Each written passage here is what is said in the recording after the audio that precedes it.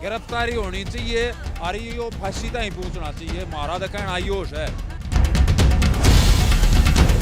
अरे झूठी सरकार है, जब इतने संगीन आरोप लगा दिए तो आप संख्या बल देखना चाहते हो, आपको कार्रवाई करनी चाहिए।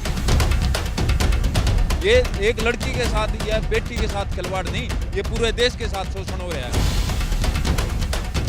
2 एफआईआर जो हैं वो दर्ज हो चुकी हैं, लेकिन उसके बाद अभी भी अटकलें ये लगाई जा रही हैं कि क्या गिरफ्तारी होगी कि नहीं होगी, क्योंकि जब एक्शन जो है वो लिया गया है सुप्रीम कोर्ट का दरवाजा खटखटाने के बाद। तमाम लोग यहाँ पे मौजूद हैं, क्या कहेंगे? देखिए, इससे दुर्भाग्यपूर्ण बात नहीं हो सकती कि एफआईआर भी सुप्रीम कोर्ट के आदेश पर दर्ज हुई है, नहीं तो पुलिस को जाते ही एफआईआर दर्ज करा देनी चाहिए थी। और ये तो इन्होंने क्या है, पूरे देश का मान सम्मान पूरे विश्व में बढ़ाया। उन बेटियों के ये हाल है तो आम जनता का क्या हाल होगा? क्या कहेंगे? ये बोला जा रहा है कि एक ही जगह के लोग जो है वो प्रोटेस्ट पे बैठे हुए हैं, दूसरे राज्यों में भी पहलवान रहते हैं, दूसरे राज्य से भी खिलाड़ी आते हैं, क्या उनके साथ यौन शोषण नहीं हुआ? स्पेशली इनके साथ ही हुआ, बृजभूषण शरण ने, ये बहुत बड़ा सवाल।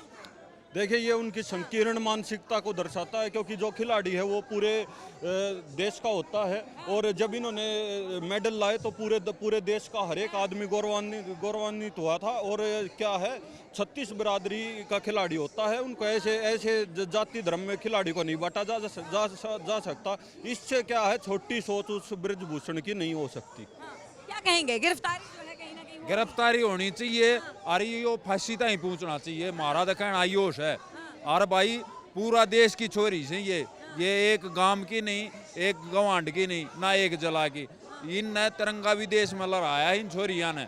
और लेकिन ये बोला जा रहा है कि तमाम दूसरे जो खिलाड़ी हैं वो भी साथ में समर्थन में नहीं आ रहे हैं। पहले जो बात की जा रही थी कि इतने लोग जो हैं जिनके साथ शोषण हुआ, जिन्होंने पहले बोला, लेकिन बाद में जो है गवाही देने की जब बात आ रही है तो कोई भी सामने नहीं आ रहा है। कारण क्या है?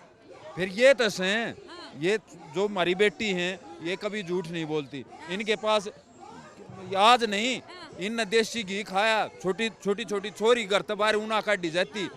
जब इनके अंदर टैलेंट था ना, जब ये गई हैं, और इस बात को उठाना ही बहुत बड़ी बात है। क्या कहेंगे? तमाम जो है इसमें क्या है, जब किसान आंदोलन चला, इस सरकार का ट्रैक रिकॉर्ड आप इतिहास देखिए। किसान आंदोलन चला, जब इस सरकार ने कहा ये तो किसान ही नहीं बैठे, किसान तो खेत में काम कर रहा है।